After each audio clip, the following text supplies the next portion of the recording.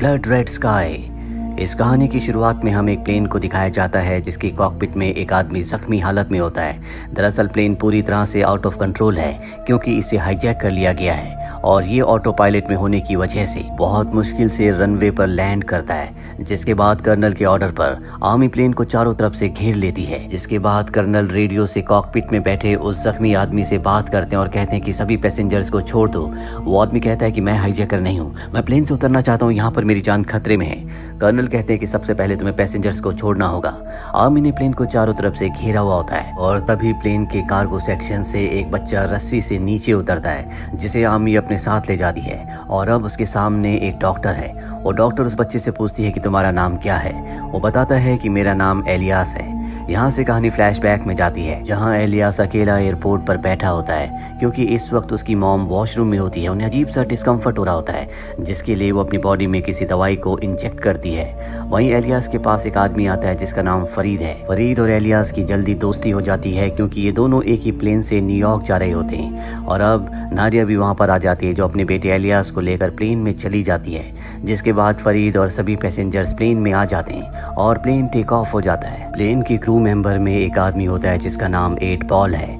उसके एक्सप्रेशन से ऐसा लगता है कि उसके इरादे अच्छे नहीं हैं। और जब पूरी तरह से प्लेन आसमान में स्टेबल हो जाता है वो अपने साथी के साथ मिलकर प्लेन में जो मार्शल होता है उसे मार देता है। साथ ही प्लेन में जो 2 पायलट्स होते हैं उनमें से एक पायलट 8 बॉल के साथ ही काम करता है, यानी कि वो उन्हीं का साथी है जिसने अपने को पायलट को मार दिया होता है। और अब प्लेन हाईजैक हो चुका है जिससे सबके सब पैसेंजर्स बहुत ज्यादा डर जाते हैं। एलियास जब प्लेन के मैनुअल को पढ़ता है तो उसे पता चलता है कि प्लेन में एक सेफ जगह है जो कि कार्गो सेक्शन है। वो अपनी मॉम से कहता है कि हमें कार्गो सेक्शन में जाना चाहिए। हालांकि उसकी मॉम मना करती है लेकिन फिर भी डर से वो उस तरफ जाने लगता है। उसकी मॉम नाडिया भी उसके पीछे आने लगती है लेकिन तभी 8 बॉल उन्हें देख लेता है और एलियास की मॉम नाडिया को गोली मार देता है। ये देखकर 8 बॉल का साथी कार्ल कहता है कि तुम अब किसी को नहीं मारोगे, हमें कम से कम लोगों को मारना है। वहीं एलियास देखता है कि उसकी मॉम नाडिया की मृत्यु हो गई है जिससे उसे बहुत दुख होता है। तभी कार्ल उसके पास आता और कहता है कि तुम अपनी सीट पर बैठो। वो एलियास को उसकी सीट पर बैठा देता है। यहाँ से कहानी और भी अतीत में जाती है। जब एलियास बहुत छोटा था तो उसकी मॉम नाडिया अपने हस्बैंड के साथ एलियास को लेकर कहीं से आ रही होती है पर रास्ते में इनकी कार खराब हो जाती है। जिसके बाद नाडिया के पति यानी कि एलियास के पिता गाड़ी की हेल्प के लिए किसी को ढूंढने के लिए जाते हैं। बहुत देर होने के बाद भी जब वो वापस नहीं आते तो खुद नाडिया तय करती है कि वो अपने हस्बैंड को ढूंढने के लिए जाएगी। वो पास ही एक घर में पहुंच जाती है जहां पर वो देखती है कि उसके हस्बैंड को किसी ने मार दिया है। अभी पीछे से एक आदमी आता है जो उसके ऊपर हमला करता है। वो उसके हाथ को काट देता है पर नाडिया किसी तरह से अपने आप को नीचे बेसमेंट में बंद कर देती है। दरअसल जिस आदमी ने उसके ऊपर हमला किया है वो एक वैम्पायर है। नाडिया किसी तरह से अपनी जान बचाने के लिए घर से बाहर आ जाती है पर वो वैम्पायर भी उसे मारने के लिए उसके पीछे पीछे घर से बाहर आ जाता है। पर तभी सूरज की रोशनी निकल जाती है क्योंकि अब सुबह हो चुकी है जिस वजह से वैम्पायर की बॉडी जलने लगती है। वैम्पायर सूरज की रोशनी को बर्दाश्त नहीं कर पाते और उस वैम्पायर की वहीं मृत्यु हो जाती है। नाडिया इसके बाद अपने बेटे को लेकर घर आती है। वो देखती है कि वो भी इन्फेक्टेड हो रही है। वो अपने बेटे पर हमला नहीं करती क्योंकि अब भी वो अपनी सेंसेस में होती है, इसीलिए वापस उसी घर में जाती है जहाँ पर वैम्पायर ने उसके ऊपर हमला किया था। पर अब वहाँ पर एक बूढ़ा आदमी होता है जो उसके ऊपर गन तान देता है और कहता है कि ये बहुत ही खतरनाक इन्फेक्शन है जो इंसान को वैम्पायर बना देता है। वो एक तरह का जानवर है, हालांकि मैं भी इन्फेक्टेड हूँ और एक खास मेडिसिन से मैंने अपने आप को कंट्रोल में रखा है। मेरा बेटा कंट्रोल में नहीं था जिसे तुमने मार दिया और अब मैं तुम्हें भी मार दूंगा। पर इससे पहले कि वो बूढ़ा आदमी नाडिया को मारता, नाडिया उसी के ऊपर हमला करके उसे मार देती है। जिसके बाद उसकी मेडिसिन को लेकर वो वहाँ से निकल जाती है और ये वही मेडिसिन है जो नाडिया बार बार अपने आप को कंट्रोल में रखने के लिए अपनी बॉडी में इंजेक्ट करती है। कहानी वापस उस जगह आती है जहाँ पर नाडिया को गोली लगी है। अब क्योंकि वो एक वैम्पायर है इसीलिए उसकी मृत्यु नहीं होती, वो उठ जाती है और अब उसके अंदर का जो वैम्पायर होता है उस पर धीरे धीरे हावी हो रहा होता है, इसीलिए वो कार्गो सेक्शन में चली जाती है। वहीं हमें हाईजैकर्स को दिखाया जाता है जो एक मैसेज को रिकॉर्ड करते हैं और कहते हैं कि हम अरबिक टेररिस्ट हैं और यहाँ पर जितने भी लोग हैं उन सबको प्लेन के साथ हम ब्लास्ट कर देंगे। और ऐसा हम इसलिए कर रहे हैं क्योंकि हम यूरोप के एथिस्ट ग्रुप से बदला लेना चाहते हैं। इनका जो अगला पेज होता है जिसे रिकॉर्ड करना है है वो अरबिक में लिखा होता है, इसीलिए फरीद को पढ़ने के लिए कहा जाता है। लेकिन फरीद जानबूझकर अरबिक में पढ़ता है, जिसमें वो कहता है कि हमसे जानबूझकर ही रिकॉर्ड करवाया जा रहा है, हम सबको यहाँ पर हाईजैक कर लिया गया है। और कार्ल फरीद की चालाकी समझ जाता है, इसीलिए गन पॉइंट पर लेकर उसे कहता है कि तुम्हें सब कुछ सही पढ़ना होगा। वही हमें दिखाया जाता है कि नाडिया, जो कि कार्गो सेक्शन में छुपी हुई है, वहाँ पर 2 हाईजैकर्स आते हैं क्योंकि वहाँ पर उनके पैराशूट्स हैं। दरअसल हाईजैकर्स का प्लान होता है कि वो सब के सब पैराशूट से कूद जाएंगे, जिसके बाद वो प्लेन को ब्लास्ट कर देंगे। प्लेन में उन्होंने बॉम्ब लगा दिए होते हैं जिसे वो रिमोट से ब्लास्ट कर सकते हैं, पर यहाँ कार्गो सेक्शन में नाडिया होती है जो एक हाईजैकर को मारकर वहाँ से निकल जाती है। दरअसल अब वो धीरे धीरे वैम्पायर में बदल रही है। इसके बाद नाडिया ऊपर आ जाती है जहाँ पर सभी पैसेंजर्स होते हैं। यहाँ पर अब एक भी हाईजैकर नहीं है क्योंकि सब के सब नीचे कार्गो सेक्शन में जा चुके हैं, क्योंकि वो सब के सब प्लेन से कूदना चाहते हैं। नाडिया यहाँ पर सभी पैसेंजर से पूछती है क्या किसी को प्लेन उड़ाना आता है। यहाँ एक एरोनॉट इंजीनियरिंग का स्टूडेंट होता है, वो कहता है कि मैं प्लेन उड़ा सकता हूँ। जिसके बाद नाडिया उसे कॉकपिट में ले जाती है जहाँ पर प्लेन को ऑटो पायलट पर रखा गया होता है। फरीद सभी पैसेंजर्स को बताता है कि न्यूयॉर्क में इस प्लेन को क्रैश करने का प्लान है, मैंने सब कुछ उनकी स्क्रिप्ट में पढ़ा है। वहीं सारे हाईजैकर्स को दिखाया जाता है जो देखते हैं कि कार्गो सेक्शन में उनके एक साथी की मृत्यु हो चुकी है, लेकिन नाडिया ने उसकी मृत्यु को इस तरह से प्लान किया होता है ताकि लगे कि उसके ऊपर डॉग्स ने हमला किया है। वहाँ पर डॉग्स भी होते हैं और 8 बॉल को वहाँ पर एक दवा मिल जाती है जो कि नाडिया की होती है और अब उसे शक होना शुरू हो जाता है। जिसके बाद वो नाडिया के खून के निशान देखता है जो कि ऊपर की तरफ जा रहे होते हैं, जिससे इन्हें शक हो जाता है। ये सब के सब एक बार फिर से ऊपर वाले सेक्शन में आ जाते हैं जहाँ पर सभी पैसेंजर्स हैं। ये देखते हैं कि कॉकपिट का दरवाजा बंद है, इसीलिए एक बच्चे को गन पॉइंट पर लेकर नाडिया को कॉकपिट का दरवाजा खोलने के लिए कहते हैं। वो कहते हैं कि अगर तुमने दरवाजा नहीं खोला तो हम इस बच्चे को मार देंगे। नाडिया जो अब वैम्पायर बन रही है, उस बच्चे को बचाने के लिए कॉकपिट का दरवाजा खोलकर उस हाईजैकर के ऊपर हमला करके उसे मार देती है। दरअसल अब वो वैम्पायर के रूप में आ चुकी है। ये देखकर सभी हाईजैकर्स यहाँ से भागकर दूसरे वाले केबिन में चले जाते हैं। यहाँ किसी भी हाईजैकर को समझ नहीं आता कि यहाँ पर क्या हो रहा है, नाडिया ने किस तरह से उस आदमी को मारा।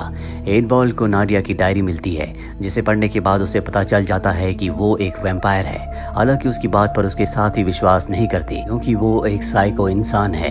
वही नाडिया जो अब पूरी तरह से वैम्पायर बन चुकी है, वो वॉशरूम में जाकर अपने आप को एक और इंजेक्शन लगाती है जिससे उसका एग्रेशन कुछ हद तक कम होने लगता है। वहीं सारे के सारे हाईजैकर्स किसी भी तरह से नाडिया को मारना चाहते हैं, इसीलिए वो सब के सब एक साथ कॉकपिट की तरफ बढ़ने लगते हैं। 8 बॉल जिसे पता चल चुका है कि नाडिया एक वैम्पायर है, वो एक खास टॉर्च लेकर अपने साथ आता है जिससे यूवी रेज निकलती है, यानी कि अल्ट्रा वायलेट रेज, जिसे वैम्पायर बर्दाश्त नहीं कर सकते।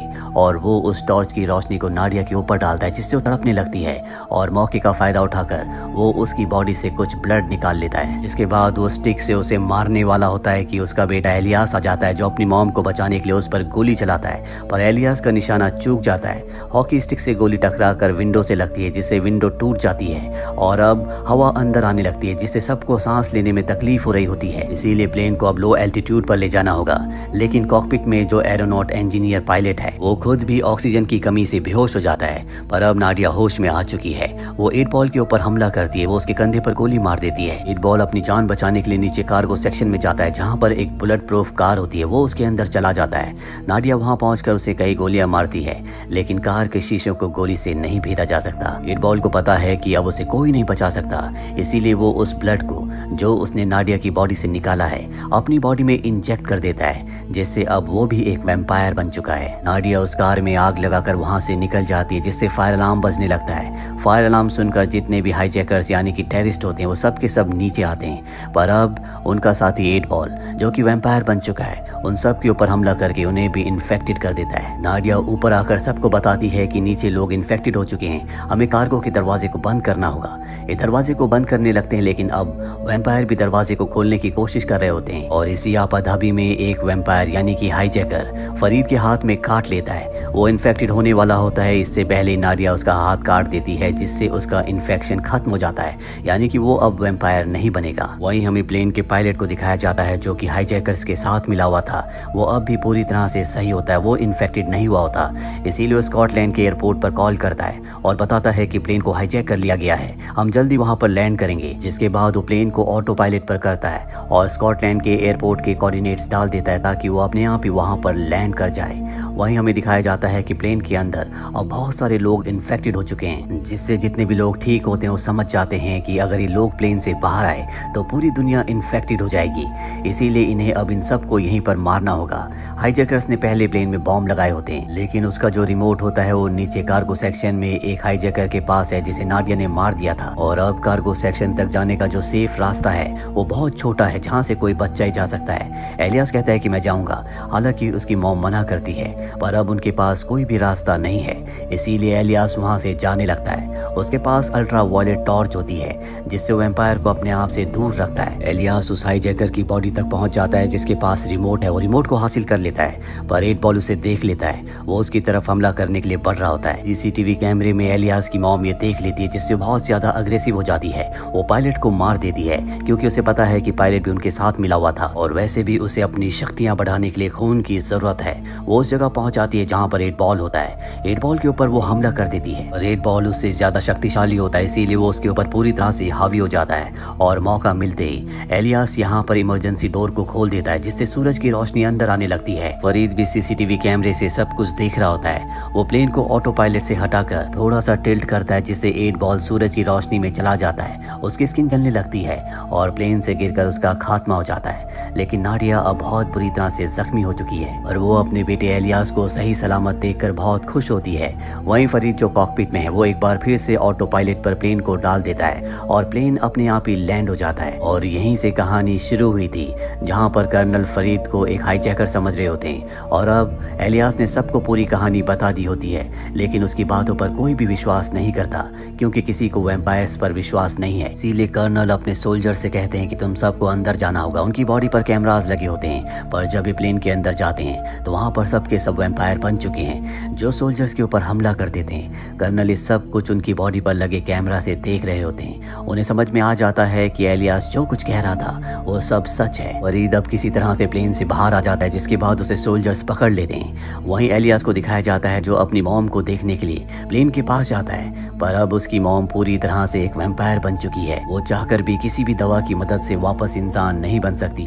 ये देखकर एलियास को बहुत दुख होता है। उसके पास अब भी वो रिमोट होता है जिससे वो प्लेन को ब्लास्ट कर सकता है, इसीलिए वो प्लेन को ब्लास्ट कर देता है जिससे सब के सब वैम्पायर्स मारे जाते हैं। साथ ही कर्नल अब फरीद को आजाद कर देते हैं क्योंकि उन्हें पता चल चुका होता है कि फरीद ना तो टेररिस्ट है और ना ही इन्फेक्टेड है। फरीद आजाद होने के बाद एलियास के पास जाता है और उसे अपने गले से लगा लेता है। इसी के साथ ही फिल्म ये कहानी यहीं पर खत्म हो जाती है। उम्मीद करते हैं कि ये कहानी आपको पसंद आई होगी।